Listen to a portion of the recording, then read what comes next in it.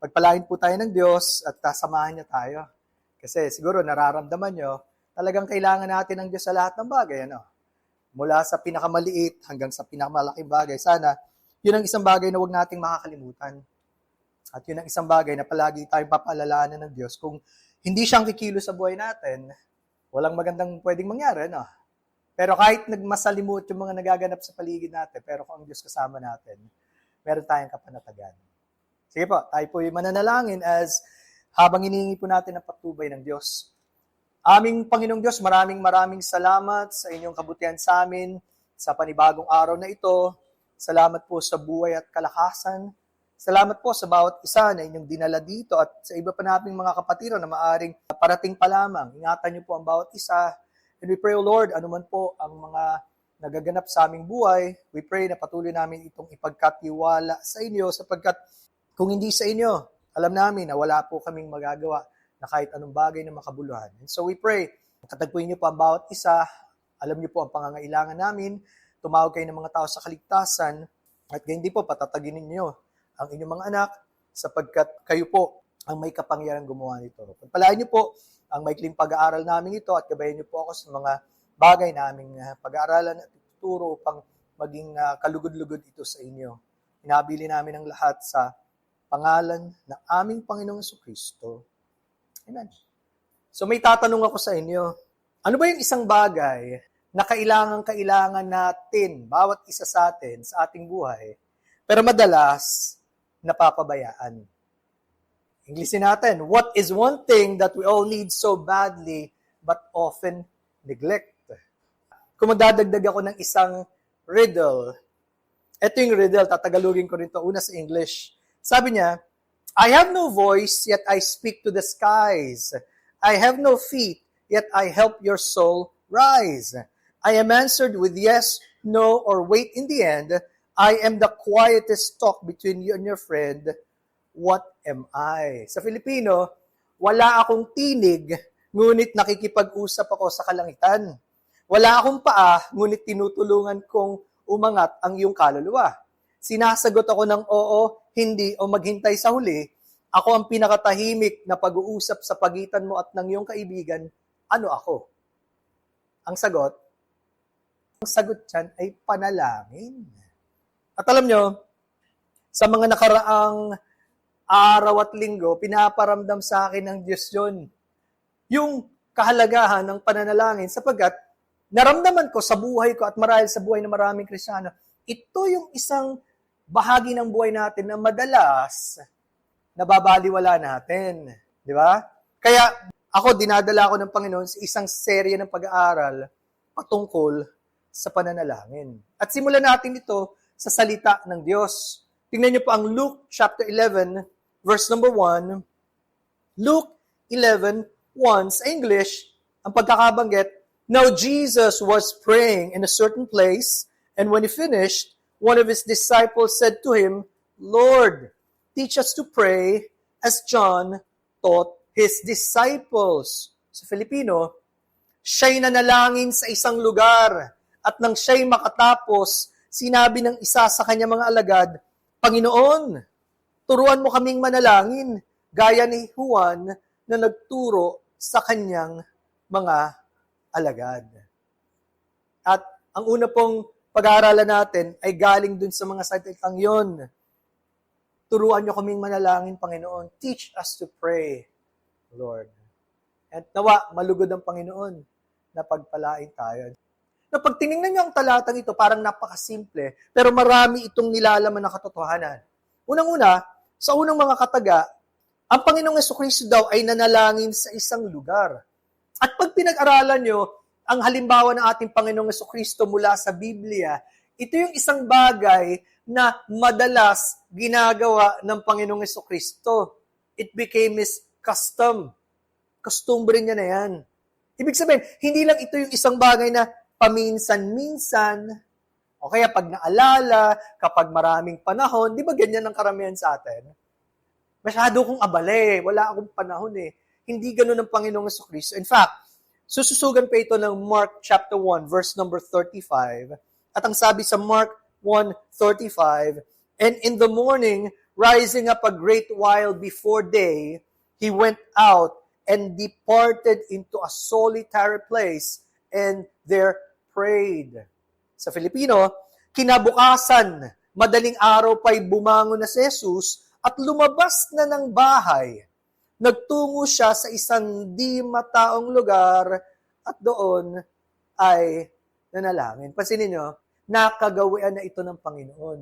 In fact, nagte-take effort siya bago pa magising ang karamihan, siya ang unang babangon, madaling araw pa lang, lalabas siya ng bahay, pupunta sa isang lugar na tahimik at mananalangin. Bakit? Kasi para sa Panginoong Jesucristo, ganun kahalaga ang kanyang pakikipag-ulayaw at pakikipag-innig sa kanyang Ama. Yun ang relasyon ng Diyos Ama at Diyos Anak at marahil ang Diyos Espiritu Santo, wala nang mas lalapit pa eh. Kaya ayaw niyang maputol yun. Tuloy-tuloy ang kanyang pakikipag-innig sa kanyang Ama. Pero sa pagkakataong ito, sa ating talata sa Luke chapter 11, nakita siya ng kanyang mga alagad. In fact, mukhang pinapanood siya ng kanyang mga alagad habang siya'y nananalangin. At pag pinansin niyo yung talata, manghang-mangha sila sa kapangyarihan na nagaganap sa Panginoong Jesucristo sa pamamagitan ng panalangin at yung epekto nito sa kanyang buhay. Kaya habang pinapanood nila siya, hinintay nilang matapos at nung matapos ang Panginoon, tsaka sila lumapit at meron silang isang pakiusap. Diba? Kung ikaw, pwede kang makiusap sa Panginoon ngayon at pwede naman tayong lumapit kahit sino sa atin. Ano yung unang-una mong ipapanalangin? Di ba? Malaking test sa atin. Ano ba yung unang-unang lalabas sa bibig natin o marahil nasa puso at isip natin na unang-una natin babanggitin sa pananalangin? Para sa kanila, ang unang-una, sabi nila, Lord, teach us to pray. Panginoon, turuan mo kaming manalangin. May kakaiba kasi eh. Habang pinagmamasdan nila ang Panginoon na nananalangin, para bang may nag-uudyok sa kanila na gusto rin nilang matutong manalangin kagaya niya. At dito natin makikita the power of a godly example. Gaano ginagamit ng Diyos ang buhay na makadiyos at yung halimbawa nito. Napakadali sa atin na magsabi, gawin mo to, gawin mo yan, pero tayo hindi natin ginagawa. Pero habang ang Panginoon, alam naman natin marami siyang itinuro at maraming nakasulat dito sa Biblia, pero isinapamuhay niya muna yon. It was true and real. Para bang ito ay nagsilbing magnet. Parang humihila sa kanila na alam nilang may kakaiba sa Panginoon. Tandaan nyo, sa Matthew 6, usong-uso sa mga religious leaders, pag nanalangin, malakas, pupunta sa kanto, marahil, gusto magpakitang gilas. Pero hindi yun ang unang intensyon ng Panginoon eh. Ang kanyang unang layunin ay makipagniig sa kanyang Ama. At meron silang natututunan doon na parang gusto nila, sana kami rin. Nakikita nila may lalim sa kaugnayan ng Diyos Ama at sa Diyos Anak. At dito may pagkakapareho tayo eh. Kung tayo ay totoong alagad ng Panginoon at nagsasabing kumikilala sa Kanya bilang Panginoon na tagapagligtas, isang bagay din ito na dapat ilalagay ng Panginoon sa puso natin. Na gusto rin nating turuan tayo na manalangin. Alam nyo, pag pinag-usapan ng pananalangin, napakasimpleng definisyon, pakikipag-usap sa Diyos. Pakikipag-niig sa Diyos. Pero napakasimple niya, kahit ang isang bata, kagaya ni Adriel, pwedeng manalangin at alam niya, pwede siyang pakinggan ng Diyos. Pwede yun. At kahit anong edad pa tayo, pwede nating gawin yan. Pero, sa maraming tao, napakakomplikado niya. Kahit yung mga maraming pinag-aralan, hindi iyon ang nagaganap sa kanilang buhay. Hirap na hirap ang marami sa pananalangin.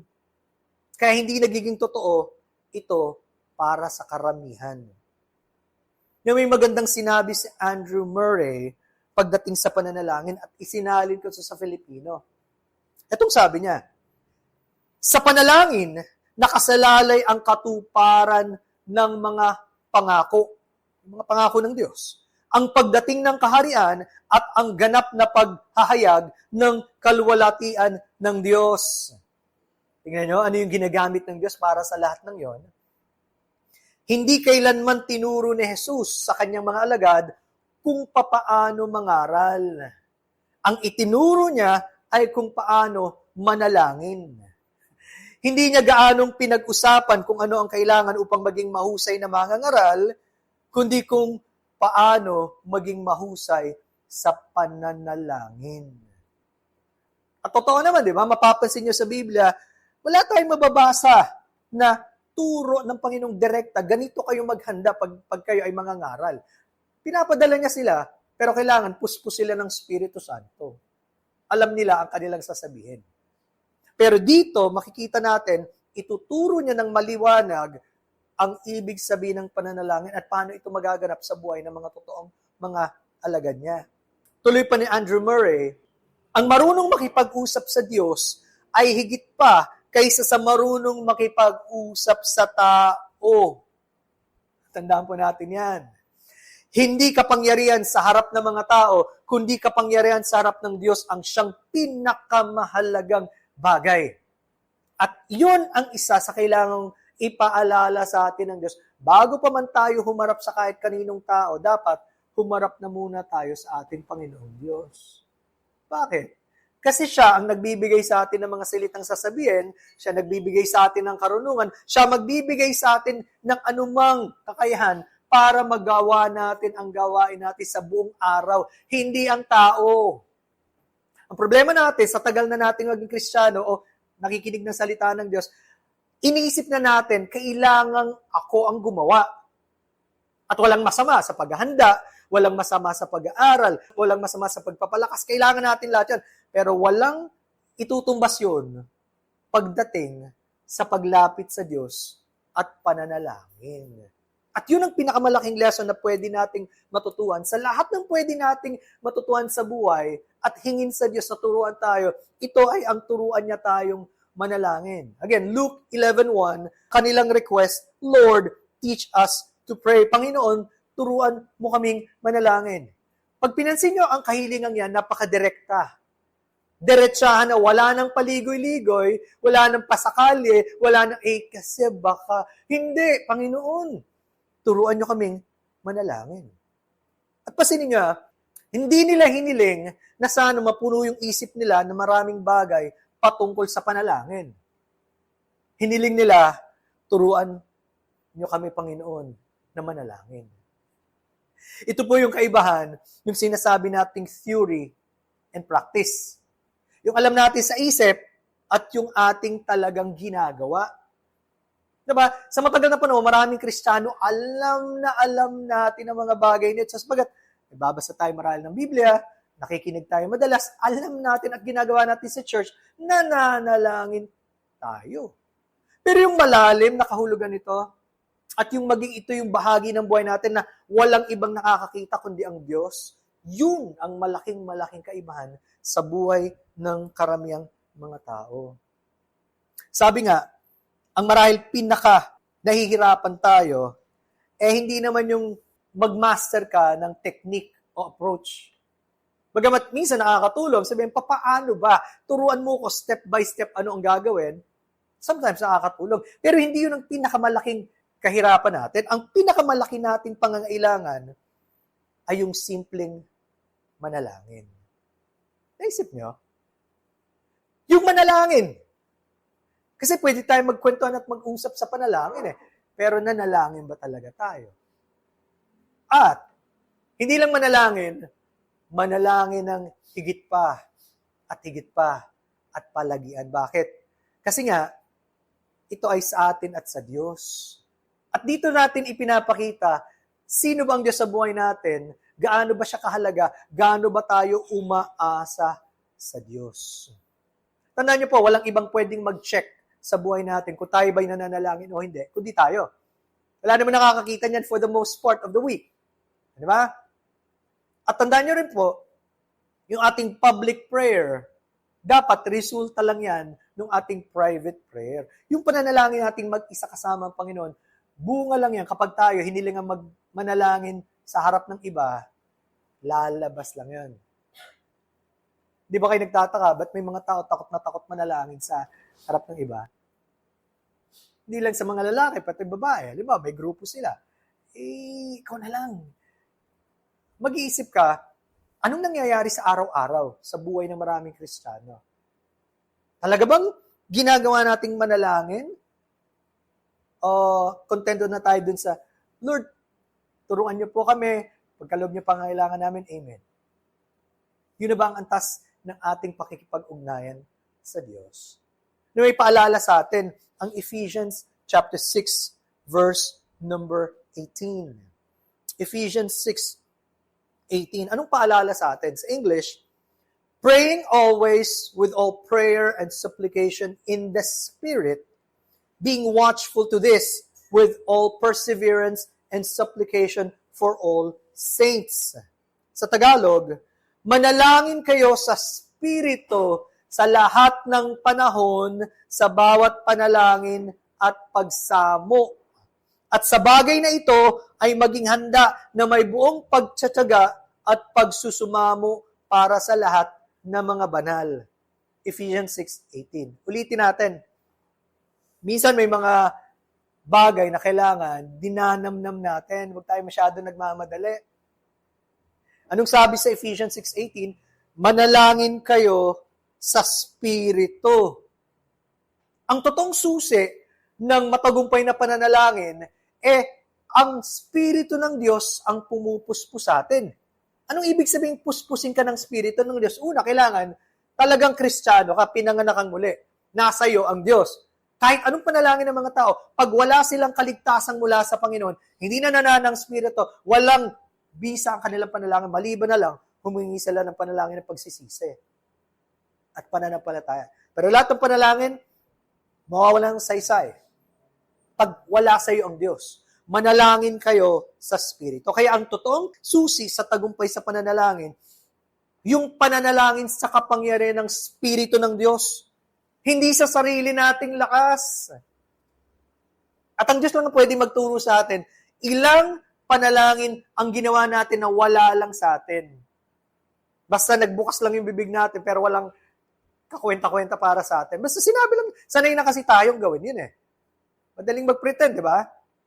Pero talaga bang nasa pangunguna ng Espiritu ng Diyos? Ibig sabihin, kailangan matuto kang magpasakop sa Diyos, suriin niya ang iyong puso at isip, at walang kasalanan na maghahadlang sa iyo at sa Kanya. Buong pagkatao natin dapat sakop ng Espiritu ng Diyos.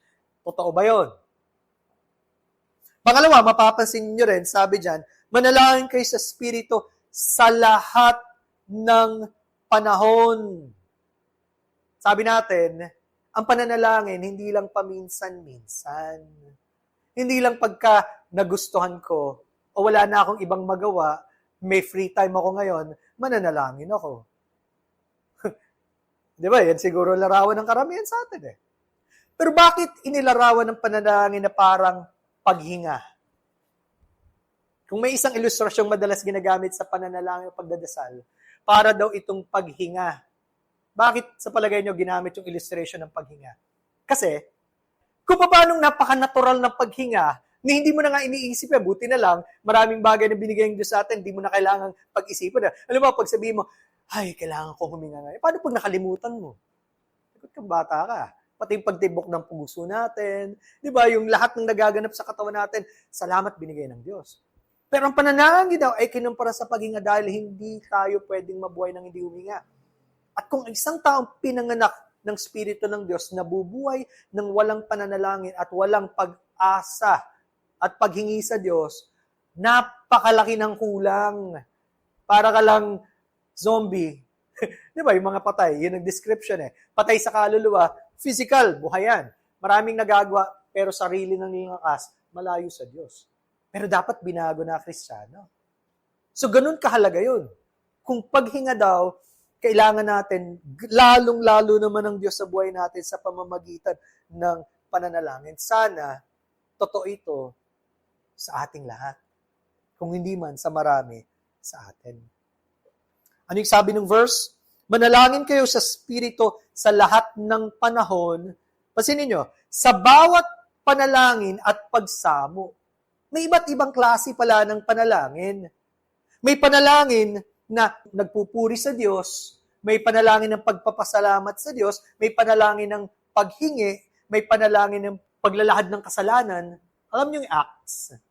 ACTS? Napakagandang pattern nun, lalo na sa mga nagsisimulang manalangin. Bakit? ACTS means, una, adoration, pagpupuri sa Diyos. Wag agad tayo magsimula na manalangin dahil may kailangan lang tayo. Simulan natin, Panginoon, kayo ang dakilang Diyos. Ganun ang mga panalangin sa Biblia eh. Itinataas at pinaparangalan ng Diyos. Kasi yun naman talaga panalangin, pagkilala sa Diyos eh.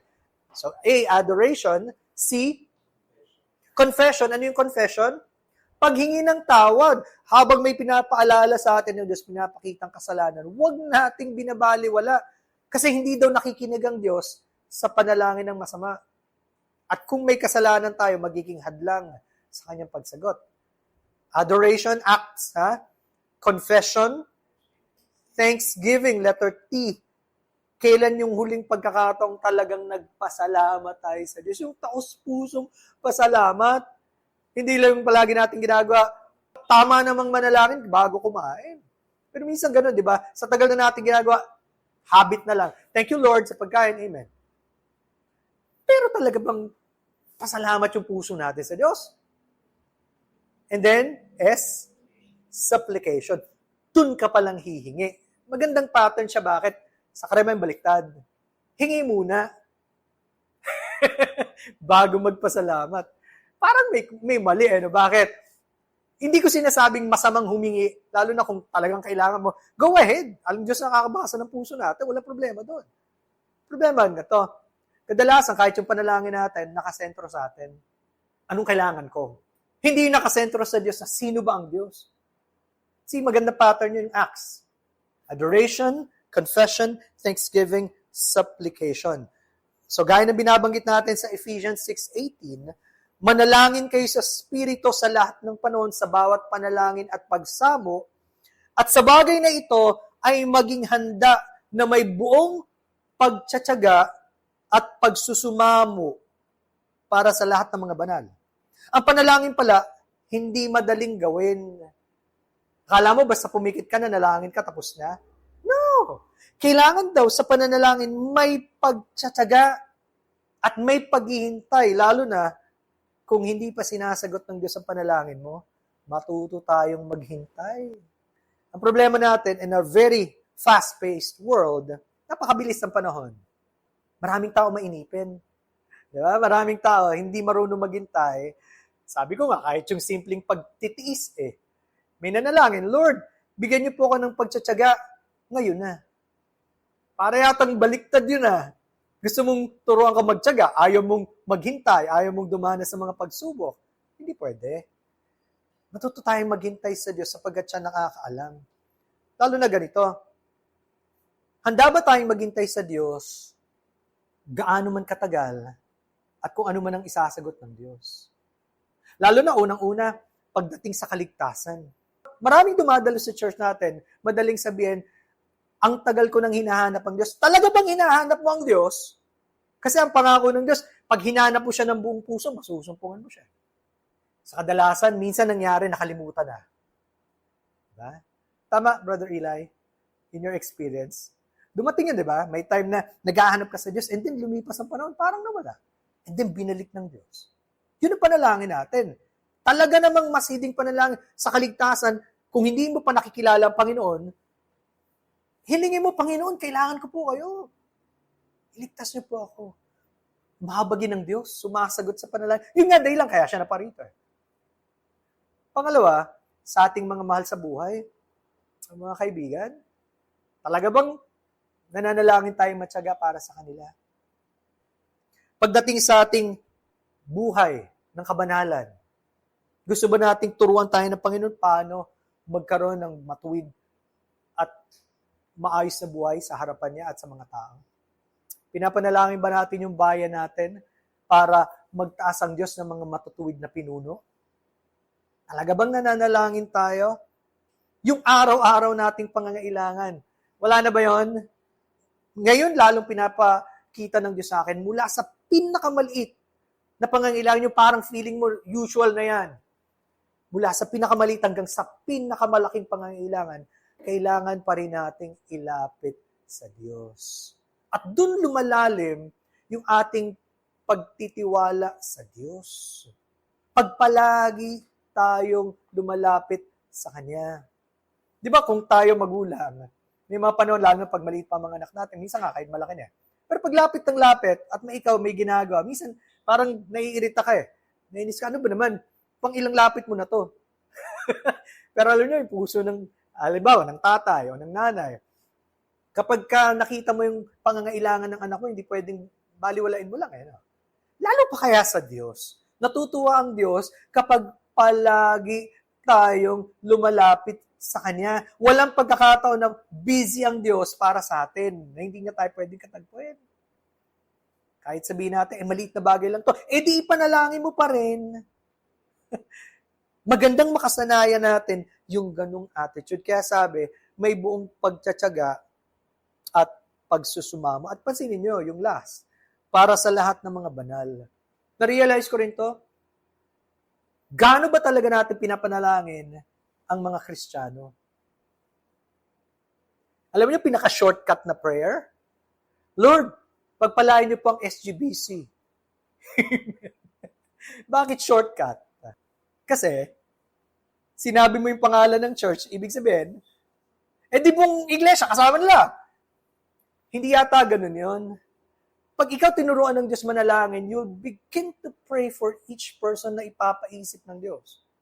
Ang ating pastor, kanyang pamilya, ang mga pastors and deacons, lahat ng ipapaisip mo, whether it's on your group or hindi, bawat isa. Why?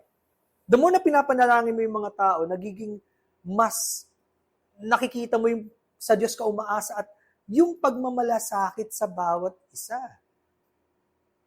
When was the last time we prayed for each one? Mahirap gawin yan. Lalo kung dumadami na tayo. That's why, naisip ko, every day you should allot a time, meron kang time na manalangin, for this particular time, sila ipapanalangin ko. Lord, next time, tulungan niyo po ako, yung iba naman maipanalangin ko. Hindi nga sila sumasagi sa isip natin, di ba? Kadalasan. Pero, mahal sila ng Diyos eh. Marahil may nararanasan silang hindi natin alam, kailangan nila ng panalangin. Tayo rin, we need to be prayed for. Kailangan natin ipanalangin. See, dun pa lang, makikita na natin napakalawak at napakalalim ng totoong pananalangin. Hindi siya kagaya sa madalas na ginagawa na natin. In fact, ang revised version daw ng ating talata sa Ephesians 6:18, itong pagkakasabi, with all prayer and supplication, praying at all seasons in the Spirit, and watching thereunto in all perseverance and supplication for all saints. Lahat ng panahon, hindi pinipili. Kaya nga, yung mga binabanggit na term na all, with all prayer, at all seasons, in all perseverance, for all saints. Lalo niyang pinapatibay ang pagnanais ng Diyos na lahat ng posible nating ipanalangin, gawin natin. Meron akong book, ang title niya, Touch the World Through Prayer. Napakatagal ng book sa akin yan. Touch the World Through Prayer. Kumbaga, pwede mo rin pala daw na magkaroon ka ng epekto sa mga tao sa buong mundo sa pamamagitan ng panalangin. Pwedeng hindi mo sila nakikita physically, pero pwedeng pinapanalangin mo sa kanila. Yung mga missionaries na pumupunta sa iba't ibang lugar, naalala ba natin silang ipanalangin? Pag may mga humahayo, nagdadala ng salita ng Diyos, meron bang nananalangin para sa kanila? Napakahalaga ng panalangin sa buhay natin. In fact, yung term daw na binanggit, watching thereunto. Literally, ang ibig sabihin daw pala nun, being sleepless thereunto. Kaya pala sa ating old Tagalog version, ang Biblia, yung 1901, at magpuyat sa buong katyagaan. Kaya pala, yun ang rendition. Bakit? May mga panahon, pag kinikilos tayo ng Diyos, na hindi mo maiisip matulog, o kaya magigising ka sa madaling araw, may nilalagay siya sa puso mo. Gamitin mong panahon para manalangin. Huwag mong baliwalain. Pag may kabigatan ka sa puso, napaka-critical ng mga panahon yun, ipanalangin mo agad. Why? Kasi gagamitin tayo ng Diyos para sa pagkilos niya sa buhay ng maraming mga tao. Kasi ninyo, nung panahong ikaw ay naghahanap ng trabaho, nagdasal ka siguro. Diba? Yung panahong ikaw may mahalagang interview, siguro nagdasal ka rin. Di ba? O yung panahong walang-wala ka ng pera o anumang resources at hindi mo alam kanino ka lalapit, siguro nagdasal ka. No? Mga critical times yun. At mahalaga, kahit sa mga ganung panahon, lumalapit talaga tayo sa Diyos kasi wala tayong ibang pwedeng lapitan, siya muna. Pero tanong, nung masagot na yung mga panalangin ganon, ano na? Ayos na tayo? Hindi na natin kailangan ng Diyos? Nabigay na eh. Kita nyo, yung isip at puso ng karamihan sa atin, parang ganun lang tayo pagdating sa Diyos, transactional ang dating. Parang negosyo. May kailangan ako sa inyo, lalapit ako. Pero pag di ko kayo kailangan, hindi ko kayo kakusap. Di ba minsan nagagalit tayo sa mga anak? Ni hindi kinakausap ang magulang, malibang may kailangan. May baon lang, o hingi ng... paano tayo pagdating sa Diyos? Nakikita ba natin yung sarili natin na ganoon? Kadalasan, oo. Hindi lang natin either alam o hindi natin pinapansin o normal na lang sa atin yun. Pero hindi sinasabi ng Diyos na tama yan. In fact, habang tumatagal tayo at nakikilala natin ng Diyos, lalong pinapalalim niya sa atin yung puso natin na mag-alab para sa Kanya. Pag yun ang nawala, tandaan nyo, marami tayong pwedeng gawin sa buhay. Pero ang mamimiss natin yung pinakamahalaga sa lahat at yun yung pakikipagtagpo sa Diyos. Sa talata natin na binabasa, yung binasa natin kanina sa Ephesians 6:18. Alam nyo, alam ni Apostol Pablo sa pamumuno ng banal na spirito, no? Ang kalikasan ng tao. At ano ang kalikasan ng tao? Yung katamaran. Mas maganda pa pakinggan sa English slothfulness or laziness. Pwede tayo maging tamad sa maraming bagay. Pero alam mo nyo, isa sa pinakatamad na tamad tayo, di lang natin maamin, sa pananalangin. Isipin nyo bakit? Pag ina-analyze ko nga, totoo Gaano karaming time ang binigay natin sa trabaho? Gaano karaming time binigay natin sa panunood? Gaano karaming time binigay natin sa paglalaro? Gaano karaming time ang binigay natin sa napakaraming bagay? Pero gaano karaming panahon ang binigay natin sa pananalangin sa Diyos? Parang walang comparison, kakaunting-kakaunti. Ganun tayo pagdating sa Diyos at sa pananalangin. Kaya nga, makikita natin gaano kadalang nating ipanalangin ng lubusan ang mga bagay-bagay. At tingnan nyo, no, kung ang iglesia ay composed ng mga binago ng Diyos, yung mga niligtas ng Diyos, di ba? Wala naman kasing iglesia kung walang mga miyembro. At yung mga miyembro dapat tinubos ng Panginoon. Pero isipin nyo, kung ang buhay ng mga miyembro ay malayo sa Diyos at hindi hinahanap ang Diyos araw-araw, ano mangyayari sa buhay ng iglesia natin? Napakaposible at pasalamat tayo sa Diyos sa kanyang katapatan sa atin sa napakatagal na panahon. Marami siguro, kakaunti lang dito yung kasama sa mga nagsimula. Marami na dagdag na afterwards. Pero sa 41 years ng SGBC, gaano sa atin ang talagang lumalim at nag-ugat sa ating pananampalataya at pagkakilala sa Diyos at sa pananalangin. Now, pasinin nyo, kung gaano kadalas yung spirito ng iglesia na manalangin ay nakasalalay sa spirito ng mga miyembro na manalangin sa pribadong buhay.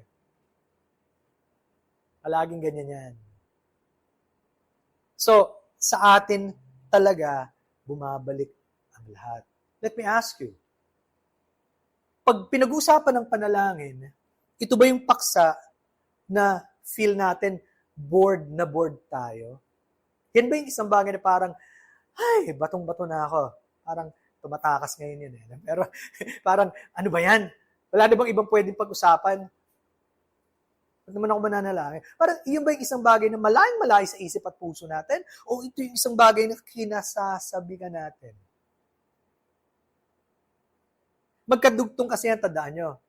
Yung spiritual thermometer natin, yung ating temperatura pagdating sa Diyos, magkakabit ang salita ng Diyos at ang pananalangin. Hindi mo pwedeng paghiwalayin yan. At ang isang tao na bigla na lang mawawala at susuko at ayaw na magpatuloy, hindi biglang ang nangyari yan. Matagal na, hindi na siya nananalangin, matagal na, hindi na siya nag-aaral ng salita ng Diyos, matagal na, malayo na ang puso niya sa Diyos. And then physically, makikita mo, ayaw na niya. Pero nangyari na yan sa puso ng matagal.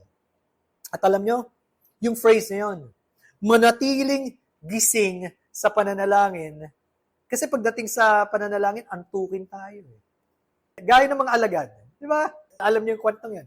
Pagdating sa pananalangin, madali tayong matulog. Pero ganito, sana pag-alabi ng Diyos ang puso natin para manatili tayong gising sa pananalangin. Punta natin yung kwento sa Matthew 26:40. Matthew 26:40. Alam nyo, ito yung isang pinakamahalagang pagkakataon sa buhay ng ating Panginoong Jesucristo bago siya pumunta sa krus. At napakabigat para sa kanya yung dadalhin niya. At hiniling niya yung 3 alagad niya sumama sa kanya. Malapit lang. Nakikita nila siya, pero malayo sila. Alam niyo, pagkatapos manalangin ng Panginoon ng buong puso sa kanyang Ama, sabi sa Matthew 26:40, at lumapit siya sa mga alagad, at sila'y kanyang naratnang natutulog. At sinabi niya kay Pedro, sa makatuwid, hindi ninyo kayang makipagpuyat sa akin ng 1 oras. Tanong niya sa kanila yan, tanong din ba ito sa atin? Napakahaba ba ng 1 oras para sa atin na hindi natin kayang manalangin? Parang ano yan spiritual muscle. Hindi yan bigla-biglang lalaki yung muscle mo overnight. It takes time. Ganon din pananampalataya, lumalago, lumalalim. At ganon din ang pananalangin. It takes time. Pwedeng magsimula ka ng maikli o simple gaya ng prayer ni Peter, Lord, save me, tulungan niyo po ako. Pero habang tumatagal, hindi pa pwedeng puro ganon na lang panalangin mo. Lumalalim ka. At dun, na-stretch din yung ating spiritual muscle. Tanong ng Panginoon, hindi niyo ba kayang manatili? Ang kanyang paalala, 41, kayo'y maging handa at manalangin, watch and pray, upang hindi kayo madaig ng tukso. Ang spirito ay tunay na nagnanais, subalit ang laman ay mahina. Alam na alam natin yung phrase na yan, the spirit indeed is willing but the flesh is weak. Totoo naman yun. Ang ating laman, mahina yan. Yung spirito, gustong-gusto, ayaw sumunod ng katawan. Paano gagawin natin? Pabayaan natin yung katawan na magdikta? Kasi ayoko hindi ako pupunta. No, ipanalangin mo, tulungan ka ng Diyos, tayo ng Diyos, baguhin yung puso, gawin natin yung tama. Yun ang susi. Tingnan nyo nangyari, realidad, verse 43. Umalis ang Panginoon, nanalangin, eto na naman, sabi sa 43, at muli siyang lumapit at naratnan silang natutulog sapagkat antok na sila. Alam niyo yung term na yung antok na sila? Sa Griego daw, ang ibig sabihin, mabigat na ang kanilang mga mata. Naramdaman niyo na yun? Sobrang bigat ng mata mo, hindi mo na mapigil. Kahit siguro tukuran mo na ganyan, hindi didilat. No? Kung pagod na pagod ka talaga. O antok na antok ka. Ang problema, yun yung panahon na nanalangin ang kanilang Panginoon habang ang kanyang pawis ay naging dugo. So sobrang kanyang, hindi nila nararamdaman yon at wala silang sense ng gano'n. Bakit? Kasi nga sobra silang inaantok. Alam nyo, sa aking personal devotion kaninang umaga, Pinakita din to sa akin ng Panginoon yung kahalagahan ng totoong paggising sa atin ng Diyos. Bakit? Isa sa mga pinakadakilang pangyayari against sa Bible, alam niyo yung transfiguration? Pag sinabing transfiguration, yun yung panahong nagliwanag ang Panginoon. Higit pa daw sa liwanag ng araw. Sipin nyo naman yun. Ito yung pinakadakilang pagkakataon para ipakilala sino ang Panginoong Jesucristo bilang Diyos na nagkatawang tao. At ito rin yung pagkakataong sinabi sa kanya ng Ama, ito ang aking anak na aking kinalulugdan. Pakinggan nyo. Confirmation yun. Pero sa pinakamahalagang pagkakataong yun, sabi sa Luke 9:30, but Peter and they that were with him were heavy with sleep. Sa Filipino, si Pedro at ang kanyang mga kasamaan ay nakatulog ng mahimbing. Sa pinakamahalagang pagkakataon muli, sobrang himbing ng tulog nila. At napaisip ako habang binabasa ko kanina, oo nga no, ito physical. Pero paano naman tayo spiritual? Tayo ba yung mga taong tulog na tulog pagdating sa Diyos? Nangangaral na, pero ang isip natin sa iba pa pumupunta. Kaya nga sabi ko, okay lang gumamit ng cellphone kung ginagamit sa iyong pagtingin sa Bible eh. Problema, pag may data